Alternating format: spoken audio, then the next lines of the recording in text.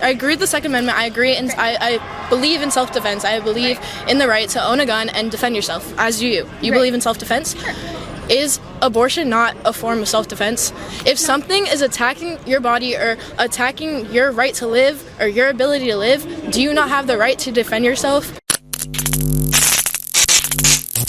About a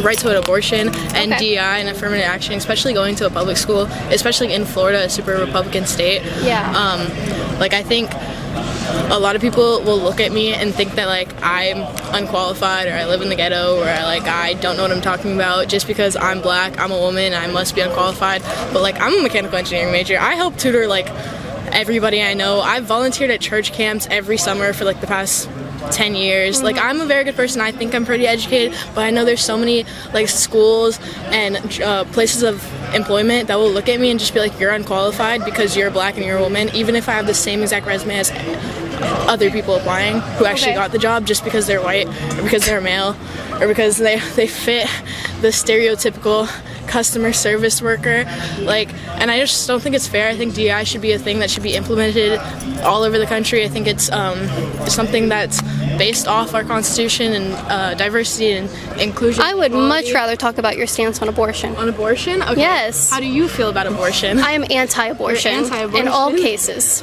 Okay. Why are you anti-abortion? Because I believe life begins at conception.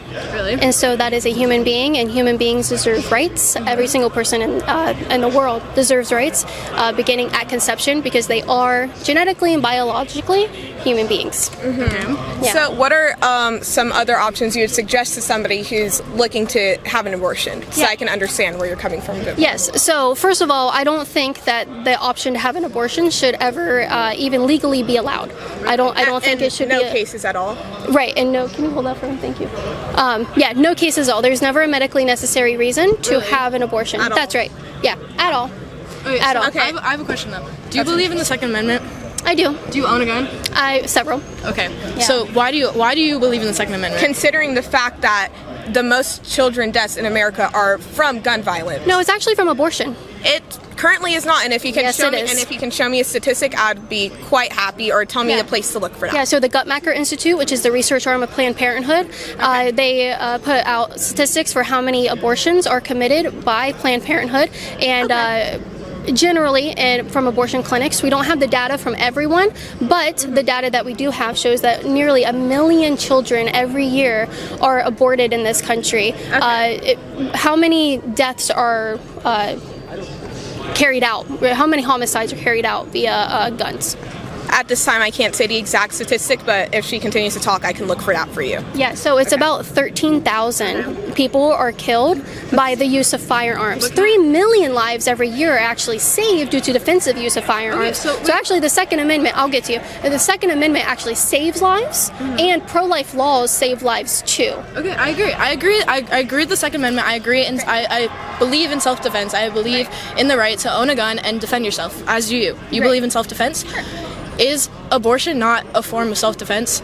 If something is attacking your body or attacking your right to live or your ability to live, do you not have the right to defend yourself? How is a baby in the womb doing that? There's so many illnesses that are more common when you're pregnant. There's so many issues. Pregnancies are such a dangerous thing, and abortions aren't just willy-nilly, you stick a firearm up your uterus and the baby's gone. It's painful. The process is extensive. You can bleed for almost a month afterwards. It's painful. It's disgusting. It's not. And the people who work at the abortion clinics, they go up, when you go in, they give you an ultrasound of your baby. You know that there's something inside of you, and they show you the process of how they're about to abort your baby. They typically do not do that. Okay, if they don't do that, that's on them, but it's not an easy process. It's painful, it hurts, it lasts Sounds so like long, something that shouldn't be a choice for women to engage in. So is murder. So is self-defense. And that's illegal. It's illegal to kill someone else. And I'm just saying, we should take the laws. I don't kill people. Okay, but you own just owning a gun does not make me a murderer. You own a gun, that way if somebody comes into your house and somebody's attacking your right to live, if somebody comes to you and comes up to you at gunpoint and says they're gonna kill your whole family, you have the right to use self-defense and defend yourself against them, which is why most people own a gun in case of these situations. Although this, like, not every pregnancy is super dangerous where it's affecting your right to live, but you should have that opportunity where if that baby is going to affect your right to live, you should have the ability to abort it and to get rid of it. And unfortunately, we live in a country where adoption, like the adoption system in the US, isn't the greatest. It's not, like, it's so hard for children to get adopted, especially teenagers. Okay, so let's focus on one thing at a time, because now you're talking about adoption, but let's talk about threatening someone's right to live. So the womb is the only organ that is made for someone else. A woman does not need her womb to live. That is an organ only for someone else to develop and grow in. That's the purpose of it. So that's where, if a baby is in a womb, that's where they're meant to be. Now, there are cases where pregnancies are really risky and sometimes life-threatening. In that case, I fully support a woman doing what she needs to do for her health and her body, and that does not include purposely killing the child inside of her. So for example, if a woman needs cancer treatment while she's pregnant, she has the right to try and mitigate the cancer and treat the cancer. Now, a side effect of the cancer drugs might be that it causes a miscarriage or a stillbirth. That is a decision that you can't mandate someone to go through with an illness to protect someone else. That's not what we're saying. But I'm saying that if a woman is at risk, she is able to deal with her medical ailments. Now, that does not mean that a baby can be intentionally killed. And I know you're probably talking about ectopic pregnancies, or maybe you're talking about, mental health or things like that. Under your view, you've already said that there should be no abortion no matter what the option is. Yes. And you saying that if somebody has cancer and needs to treat their cancer, but therefore that treatment is going to end up taking the life of whatever is in their womb, the child, or how you perceive it to be. And in my opinion, I do agree to a certain extent that abortion should be cut off at a certain point. I haven't gone, for me, I haven't gone too much into abortion, but I do believe that at a certain point it shouldn't be allowed. Okay. But where you're coming from is that if she needed that treatment, she can't save herself because that child is in her womb, and I just don't think that's fair because... Can I clarify? Could I clarify? Course. So a cancer treatment does not require first stopping the heartbeat of a child, and it doesn't involve taking abortion pills that would expel the dead baby from the woman. That's not how a cancer treatment would work. So there is no intentional killing of the child. There is treatment of the mother. That's not what you said initially. You said that if the treatment itself has a side effect where it could lead to a miscarriage. It could. What? So then I don't. Because we're not intentionally. So the cancer treatment isn't to kill the child. I understand, but in your case, if that would lead to it, though, it's not an abortion. But regardless, there's maternal illnesses and paternal illnesses that when you're pregnant, you will die if you go through with the birth of your baby. That's just science. Regardless if you believe what are you talking about? What examples? I can look them up for you, but I'm saying there's I don't know the exact names of them. I'm a mechanical engineering major. I don't know the exact, but I know for a fact that there's people. Pregnancies where the baby's growing outside of the uterus. Yes. So an ectopic pregnancy can actually be dealt with in a very pro-life manner. So we are not going in there with the intention. We are going in there with the intention of saving the mother's life by cutting out. Made a good point. I know, but I'm talking to you guys, and if you want me to talk to her, we can end the conversation here, and I can talk to her instead. But I'm telling you about ectopic pregnancies. There is a pro-life way to deal with those, and that is to go in without the intentional killing of a child. So we're not there to kill the child. We're there to remove the ectopic, the tube that is affected, and will kill the mother if it is not dealt with. That is unfortunate and such an awful thing for a woman to deal with. But it is not an abortion because it is not the intentional killing of a child. I guess we might differ on what we consider an abortion. An abortion, by definition, is the intentional killing of a child in the womb. Mm-hmm. That's what it's for. Can you explain one more time how you would go about it, fixing an ectopic pregnancy? So you said Can you explain how you do it? So it's an ectopic pregnancy. It actually has its own term. It's its own medical term. It's not an abortion. That's not. We're not going, and they're not giving the woman pills to first poison the baby and starve the baby and make the baby come out of the uterus and dead on the floor. That's not what's happening. They're going in there surgically to remove that portion of the tube that has been unfortunately carrying a dead. You guys aren't letting me finish a point. It unfortunately is, and sometimes they can take that baby and implant the baby back into the uterus, and sometimes it works and sometimes it doesn't. There are very, very grave things that happen to people that are very, very tragic, and ectopic pregnancy is one of them. Curing or treating an ectopic pregnancy, I forget the term, it has its own separate term, but it is not an abortion because the intention is not to kill the baby. The intention is to remove that part of the tube. Okay, but unfortunately, in with the governments that you support, they're putting in place a system where if you have an ectopic pregnancy, sometimes you don't even know you're having that and you need medical care for that. The state is legally obligated to be like, oh no, that's not true. We can't do that. There is no state that has enacted pro-life laws that said an ectopic pregnancy cannot be treated. That is not true. That's not true at all. Okay, I can look that up, but I'm just saying. Go ahead, because it's not true. But ectopic pregnancies aren't the only issues. There's 9 and 10-year-olds who are getting raped. You think they should go through and have a baby at 9 years old? I don't think a 9-year-old should have a baby, but I don't think killing a person and for the crimes of their father is the way we go. That is a disgusting scenario that is very tragic to happen. But that also accounts for less than 0.5% of all reported abortions. That case that you're talking about, that you're using a lot of emotional appeal to because it's such a disgusting situation, is not the majority of abortions. And so if we can agree that abortion should be banned in every single circumstance except for a 9-year-old getting raped, could we agree to that?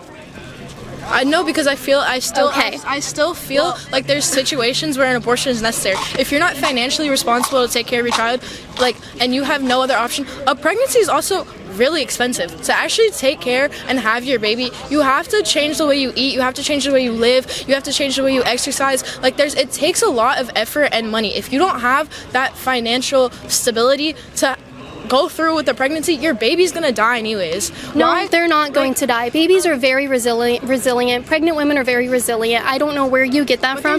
Pregnancy isn't scary like that. I've gone through 2 pregnancies, and they're not scary like that. There's some people who are very infertile. It's very difficult for them to And on top of that, if you get pregnant, you have an obligation to that child now. You have an obligation. You have an obligation. I don't know why women are not told in this country that if you get pregnant with a child, you have an obligation to step up because you are a mother and you have invited that person into your body and to be pregnant. Not in the cases of rape, of course, I know. But it still isn't. Pregnancy something really quick because I've been trying to. Clearly, you're educated on the topic. Evidently, and then I'm not going to take that away from you, and there are some things that listening to you guys speak, clearly I feel uneducated on the topic, and listening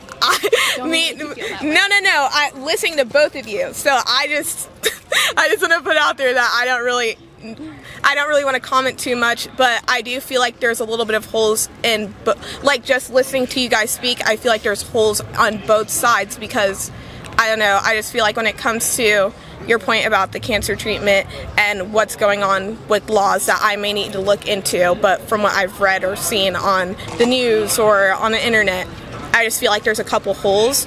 And then also from listening to her aspect, I can see that you also believe that there's holes in her argument. But I feel like abortion is such a touchy subject because at the end of the day, no one person or maybe a group of people here and there, nobody really knows what a child is at a certain point.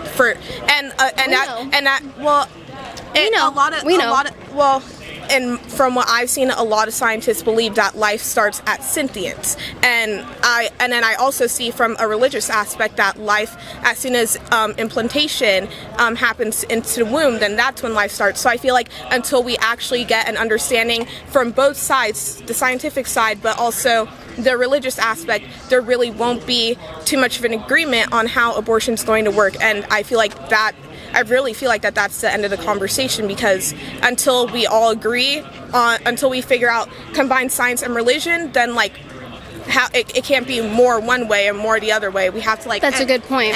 But like, I really don't feel like this conversation's going to go any, like, just from listening to you guys. No, but I do have to point out, if you were driving down the street and someone jumped out, or a figure jumped out, and you thought it was a person, you'd slam on the brakes, right?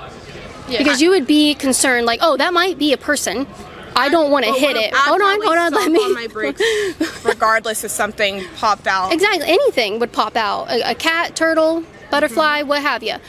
We should also take that same caution when talking about children in the womb and abortion. If we do not know for certain if an embryo at 6 days old is a person, we don't know for sure, we should probably, go on the side of caution and safety and say, well, maybe we shouldn't be possibly committing a grave genocide, the worst genocide in all of history against these little people. I guess, I don't know, for me, and if that's how you feel, I just really feel like this is something that's going to stick with you forever, and this is like how you're going to feel about the topic, and I don't really think from my perspective that I can change your mind. So yeah, you probably can't. No one can change my mind on this. Okay, and that's completely fine, and to each person. And that's what our country's built on, is having different perspectives on everything. So I personally kind of want to step away from this conversation. Sure. Thank you for talking to me. But because I don't. No, I know you're fine. Yeah, if we were talking about something like immigration or economy, that's something that I'm better at. Right. We all have our passions, and we all have I'm just gonna support my girl. That's a good friend right there. Yeah, we'll wrap up here in a little bit, because ironically, I do have 2 little babies to get home to that are waiting for me. But yeah, if you would like any ending. Can I just ask you a similar question though? Yeah. You said if you see a person in the street, if you see a dog in the street, you see something, you're gonna slam on your brakes, right? Yeah. If you see an ant on the street, if an ant's crossing the street while you're driving, you accidentally run over it, is that your fault? Can you see the ant on the street? Yep, nope, can't see the ant. If you have a cryptic pregnancy and you have 0 signs that you're pregnant, is that your fault for not being able to stop and slam on the brakes and say, oh, there's a baby in me, let me figure out how to take care of this? If you go 30 plus weeks not even having any signs that you're pregnant at all, and then finally you go to the doctor one day and they're like, oh yeah, you have a baby inside of you and you have to give birth, and now you have less than 5 to 10 weeks to figure out how to go about that and figure out what to do, all of a sudden, and you have a fully functioning baby inside of your body, what are you supposed to do in that case? It's not your fault you didn't see the ant on the road as you ran over them. Yeah, I've never been asked that question, but I'm glad you did. So if you have a cryptic pregnancy where you don't know that you are pregnant, which very rarely happens, but it does happen, you have a couple of choices. There are a lot of couples in this country who are waiting to adopt a newborn baby. They're just waiting. They're ready and they're waiting to adopt a newborn baby. You could go down that route. You can contact adoption agencies. I know a lot of churches do, a lot of Catholic adoption agencies as well you can go through. Or you can say, well, this is my baby, and I have 5 to 10 weeks. I'm going to rally my support system. If I don't have a lot of support, I'm going to figure it out, because I'm smart, because I'm strong, because I love my baby and I'm responsible, and I brought this child into the world through my own means, and so I'm gonna pull myself up by the bootstraps, as the older generation would say, and they're gonna take care of the baby, which is what they should do. And I don't think a lot of women are told that. Woman up, take care of your child, and you'll be okay. You have support, and you can do it, because women are very, very strong and resilient in this country. We don't give them a lot of credit. No, I know. I agree. I don't think abortion should be your first option. I think you should assess how financially and mentally stable you are to take care of this future child. But at the same time, if that family isn't financially stable to go to the hospital, pay the ambulance fees, hospital bills are expensive. We live in America. Medicare is not. It's not free. It's not cheap at all. It's really expensive. My mom got in a car crash last week, and it was $30,000 to just get evaluated, just to see that. That's insane. So if you're not financially able to go to the hospital and deal with these fees, what do? Okay, so then you say, oh, let me put my baby up for adoption. You know how much of a mental strain that is? You know then she can keep it. But if she can't financially keep it, what is she to do? She can, because women The baby and the mother. You know what screws over the baby is being separated from his or her mother. That's what screws over a baby. That's why surrogacy. I don't agree in just going to adoption. See, you're asking me what are her options. That's an option. Okay. I don't agree in just go to adoption. No, I think first we should support women and tell them that they're going to be okay. Being a mother is a blessing, and people are going to rally around and support you, and you should take care of this child because this child knows no one but you. That's why I have such an issue with surrogacy. We should be keeping mothers and their children together. That's what we should be doing first. And then in extreme cases, adoption. So I'm not one of the conservatives that are like, oh, just you throw the baby up for adoption. No, we should be trying to get that woman in a safe and stable environment and building her up, knowing that she has support to keep her baby, take care of her baby well, and help her. Women in this country are not afforded what generations past has been, which is literally having a support system of women and other people to help raise their children and give them help. We are really lacking in that department here in this country. And another solution would be, our government should step in and have more programs for mothers. I 100% believe in taxpayer-funded programs to help mothers keep their babies and be stable in that. I also believe corporations should be required to give at least a year off for maternity leave for their children and postpartum leave as well. So that's what we should. And we should have free lactation services. We should have free childbirth services. So we need more of that. And tell women that they're going to have to keep their baby. You voted for Trump though, right? I did. Did he not just say that we need to get rid of federal funding? Stuff like FAFSA, Medicare, Social Security. This is all federal funding that you just said that you believe in, and that you just said that the government. So I believe in programs to help mothers and help families. But just mothers. No, I didn't say that. But this is what we're specifically talking about. I don't believe in everything that the government is funding should be funded. I don't believe that. I don't believe that millions of dollars should be going to Nepal to talk about Sesame Street and stuff like that. I don't believe in that. I believe in helping Americans here, specifically mothers, because mothers and postpartum women are treated very, very poorly in this country by our programs and our laws. So that should be number one. But yeah, that's what I mean. I'm not saying that I support, all kinds of funding and programs and stuff like that. But there's a lot that we could talk about. Okay, yeah. Thank you. I appreciate it. Yeah, she's like, get out of here. Sorry. Do you have enough room for one more interview? I'll be really quick. Do we, or should we get back? I can be like 5 minutes most. What's it about? It's about the band. Things were pretty peaceful today, but I still brought security with me. Go to patreon.com/Kaitlin Bennett. Even $5 a month helps me pay for security out here and pay the babysitter that has my children that I miss so much. If it's more convenient for you, you can leave a super thanks right down below while you're watching this video, and that helps support my work as well. Thanks.